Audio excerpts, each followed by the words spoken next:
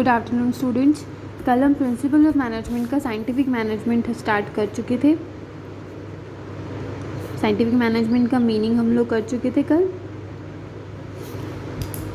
और 2 प्रिंसिपल्स जो हैं साइंटिफिक मैनेजमेंट के हम लोग वो भी कल कर चुके हैं जो हमें टेलर ने दिए थे। And that what is first is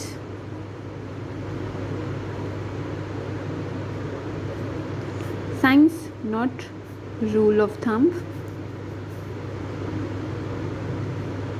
second क्या था हमारा? Harmony not Discord. ये कल हम कर चुके हैं। Science not rule of thumb में हमने क्या डिस्कस किया था? हमने किया था कि हमें मैनेजमेंट के वर्क को टूल्स के साथ टूल्स को यूज़ करके साइंटिफिक तरीके से हमें क्या करना चाहिए, मैनेजमेंट के वर्क को करना चाहिए ऑब्जेक्टिव को अचीव करने के लिए।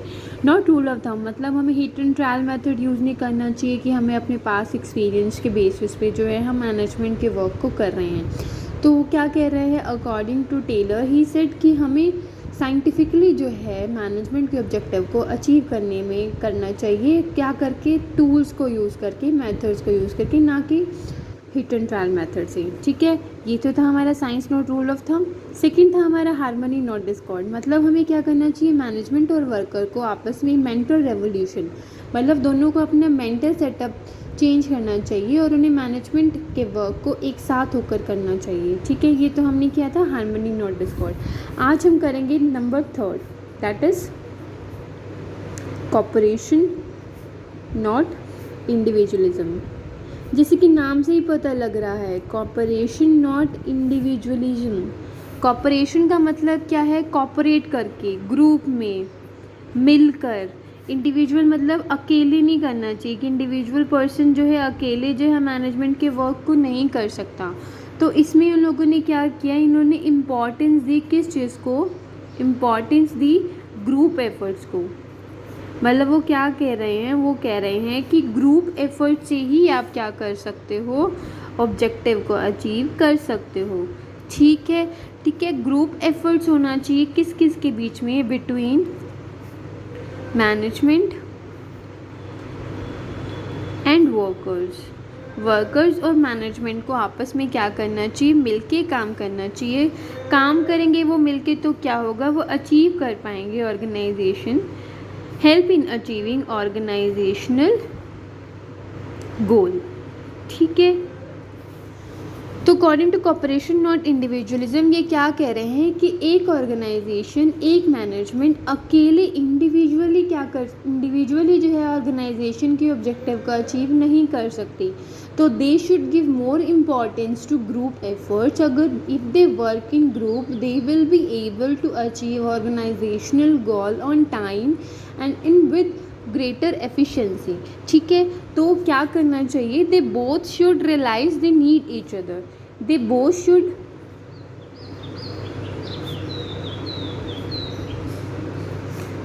Should work with each other. They both should understand the importance of each other. Clear है? तो कॉपरेशन नॉट इंडिविजुअलिज्म में ये किस चीज़ पे फोकस कर रहे हैं? ग्रुप एफर्ट्स पे। क्लियर है? फर्स्ट हो गया हमारा, थर्ड हो गया हमारा कॉपरेशन और इंडिविजुअलिज्म। अब फोर्थ देखिए, फोर्थ क्या कह रहा है? फोर्थ कह रहा है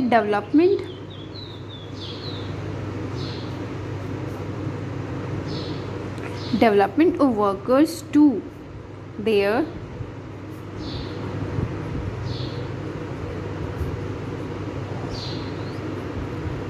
देयर ग्रेटेस्ट एफिशिएंसी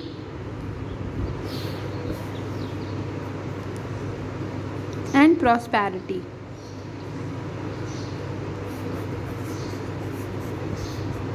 अब ये क्या कह रहे हैं?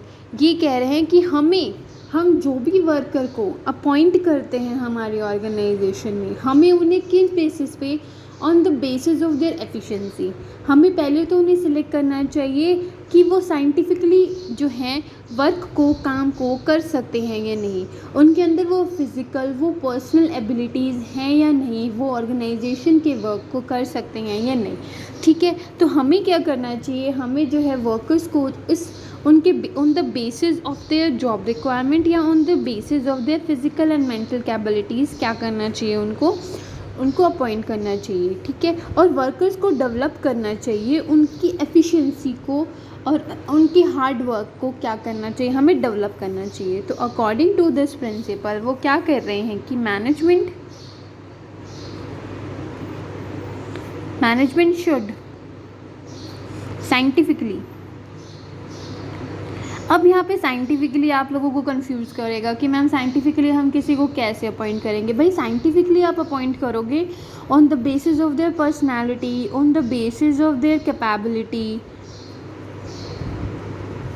क्लियर है, इन बेसिस पे। So scientifically we should select the worker, scientifically select the worker, clear है। फर्स्ट पॉइंट हो गया ये। सेकंड क्या होगा, हमें उन्हें जॉब असाइन करनी चाहिए, assigning of job as per their physical, mental,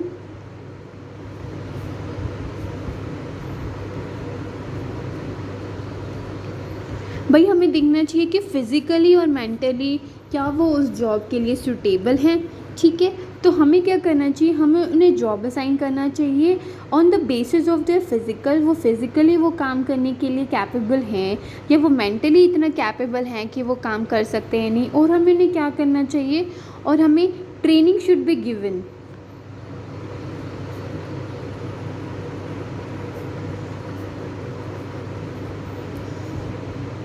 training should be given as पर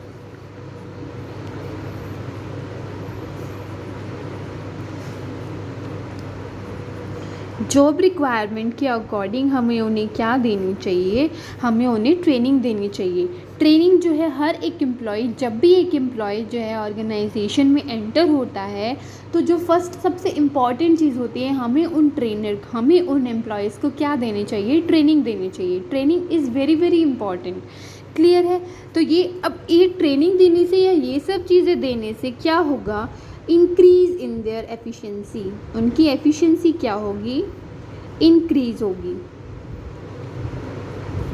तो ये साइंटिफिक प्रिंसिपल क्या कह रहा है कि हमें क्या करना चाहिए, वर्कर की डेवलपमेंट जो है इस तरह से करनी चाहिए जिससे उनकी क्या हो, एफिशिएंसी इंक्रीज़ हो।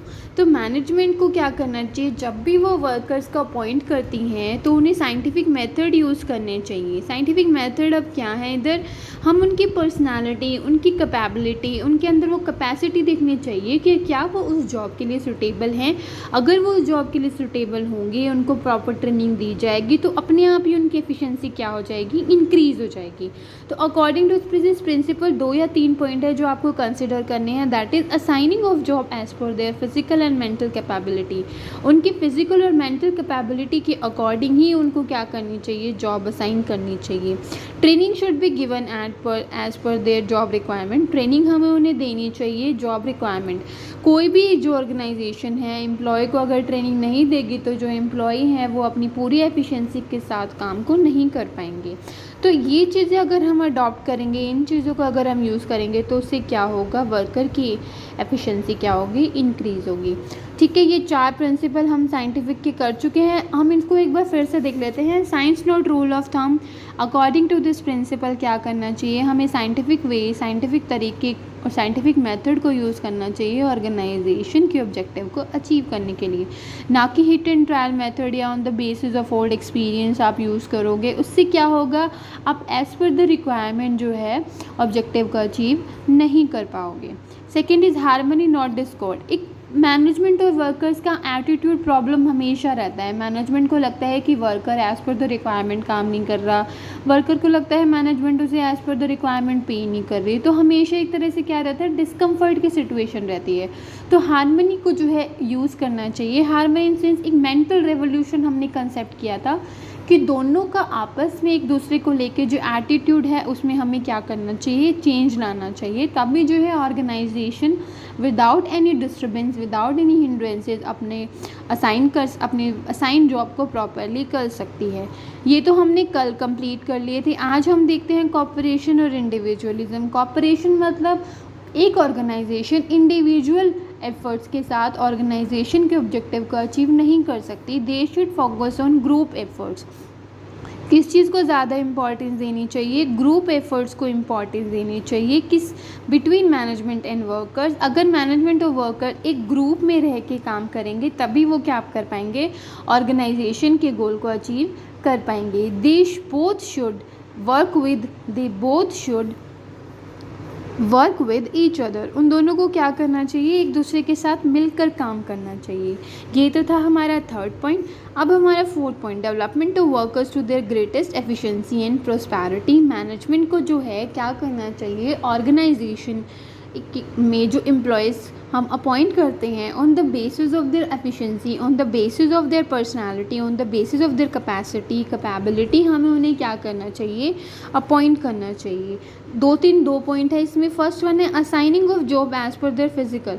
हमें उन्हें जॉब असाइन करनी चाहिए on the basis of their physical और मेंटल कैपेबिलिटीज़, ठीक है। और उन्हें क्या देनी चाहिए, training should be given as per their, जो भी ट्रेनिंग रिक्वायरमेंट जॉब की रिक्वायरमेंट है उस हिसाब से हमें इन्हें क्या देनी चाहिए, ट्रेनिंग देनी चाहिए। अगर हम इन चीज़ों को बेसिकली फॉलो करेंगे तो हमारा क्या होगा, उनकी एफिशिएंसी इंक्रीज़ होगी। तो आज हम लोगों ने जो है कल और आज साइंटिफिक मैनेजमेंट के चारों प्रिंसिपल कंप्लीट कर चुके हैं। इससे रिलेटेड जो भी केस स्टडीज़ हो वो आप कर लेना।